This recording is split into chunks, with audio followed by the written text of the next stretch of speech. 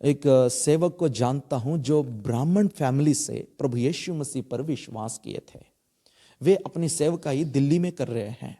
जगह जगह जा करके वे सुसमाचार को सुनाते हैं और अलग अलग घरों में, अलग अलग गांवों में वे कलीसियाओं की स्थापना करते हैं। और उनसे मैं जब बीच में मिला था, वे एक गवाही दे रहे थे कि उनकी जान पहचान की एक बहन थी जो मुस्लिम बैकग्राउंड से आई है। उन्होंने यीशु मसीह पर विश्वास किए थे।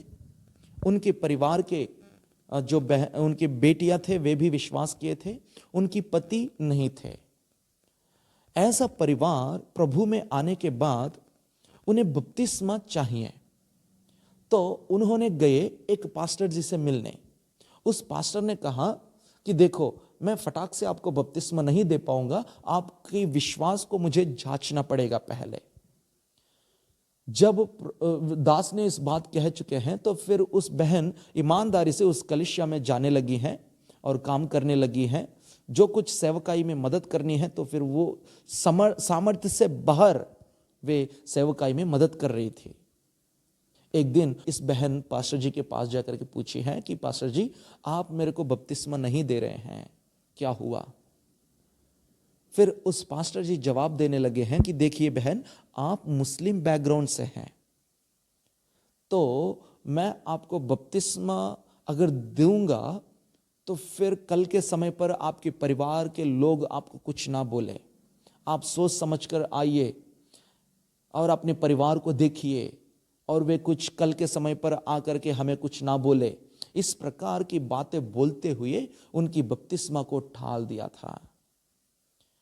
तब कुछ समय के बाद इस बहन के अंदर जो सहनशीलता है टूट गई है और वे तब उस बहन और अपनी बेटियों के साथ उस कलीसिया के आंगन में खड़ा होकर के कहती है कि देखो, जबकि कोई मुझे बपतिस्मा नहीं दे सकते हैं तो फिर मैं परमेश्वर से प्रार्थना करता हूं कि हे प्रभु, अगर कोई इंसान हमें बपतिस्मा नहीं दे सकते हैं, जिस तरह तुमने इजराइलियों को समुद्र में बपतिस्मा दिए थे, उसी तरह आज आप हमें बपतिस्मा देना। जैसे उन्होंने प्रार्थना किए थे, थोड़ी देर के अंदर परमेश्वर आसमान से वर्षा को बरसाने लगा, बारिश को बरसाने लगा। उस बारिश में भीगकर उस बहन और उनकी बेटियां गवाही देने लगे हैं, जब इंसान ने बपतिस्मा देने के लिए मना कर दिए थे, खुदावंद ने हमें बपतिस्मा दिया। खुदावंद ने हमें बपतिस्मा दिया। देखिए, परमेश्वर पर विश्वास करने के बाद कोई और आपको दबाने की कोई जरूरत नहीं है बपतिस्मा लेने के लिए, और कोई और खींचकर तुम्हें बपतिस्मा नहीं दे सकते हैं। और बपतिस्मा आपके अंदर आया हुआ प्रभु यीशु मसीहा की प्रेम से, उनकी आज्ञाओं को मानने के लिए आया हुआ एक जुनून की बात होती है।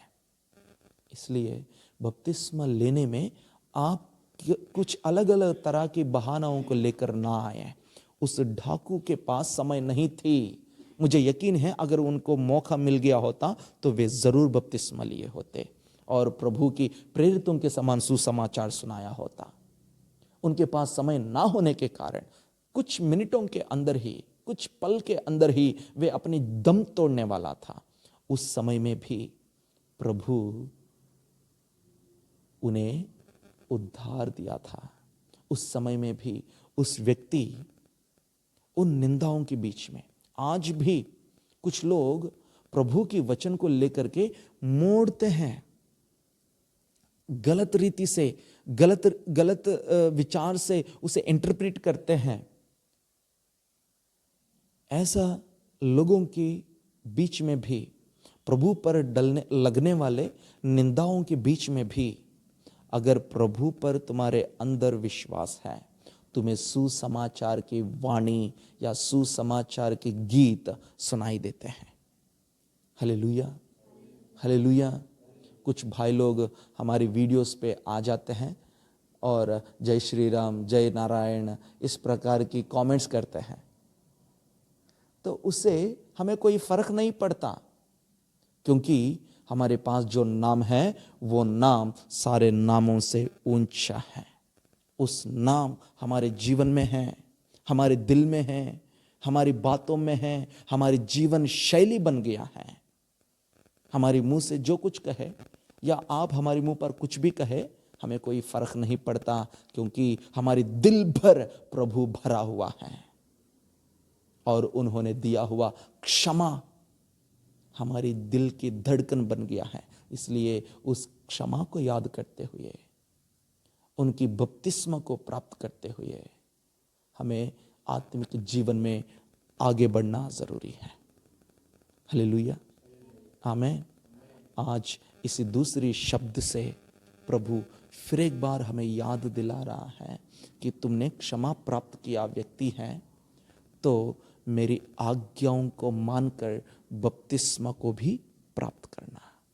और डाकू जैसे हमारे जीवन को प्रभु के हाथों में सौंपेंगे तो एक दिन जब प्रभु यीशु मसीहा फिर वापस आएंगे, उस दिन उनके साथ हम भी रहेंगे। आमीन। तो आइए हम प्रार्थना करेंगे इस वचन को लेकर के। प्रभु से प्रार्थना करो कि प्रभु आपने हमें क्षमा दिया है और बपतिस्मा के लिए भी हमें तैयार कर। तुमने दिया हुआ आज्ञा को पालन करने के लिए भी हमें सहायता कर। लोगों के सामने खड़ा होकर के मैं गवाह बन पाऊं कि मैं भी प्रभु की बेटा हूं। तो आइए हम प्रार्थना करेंगे, अपनी आंखों को बंद करें। राज्यों के राजा, हमारे प्रभुओं के प्रभु, इस समय हम फिर एक बार तेरे सम्मुख में आते हैं कि राजा, दोनों ढाकुए पहले तुझ पर दोष लगा रहे थे। पहले प्रभु दोनों मिलकर तुझे निंदा कर रहे थे, परंतु एक व्यक्ति ने मन फिराया, क्षमा को प्राप्त किया और अपने जीवन में प्रभु यीशु खुदा तेरे नाम को प्रभु कमा कर स्वर्गलोक में प्रवेश कर पाया। और आज तुमने दिया हुआ समय को इस्तेमाल करते हुए और तेरे द्वारा तेरे नाम में छुपी हुई प्रभु क्षमा को हम प्राप्त करते हुए खुदावंद प्रार्थना करते हैं कि हमें तेरी आज्ञाओं को पालन करने वाली मन दे दीजिए, ताकि राजा तेरी इच्छा के अनुसार हम प्रबल होने पाएं और बपतिस्मा को प्राप्त करके लोगों की बीच में तेरा गवाह बनने पाएं। यीशु के नाम से आमीन, आमीन। Hallelujah, hallelujah. आइए हम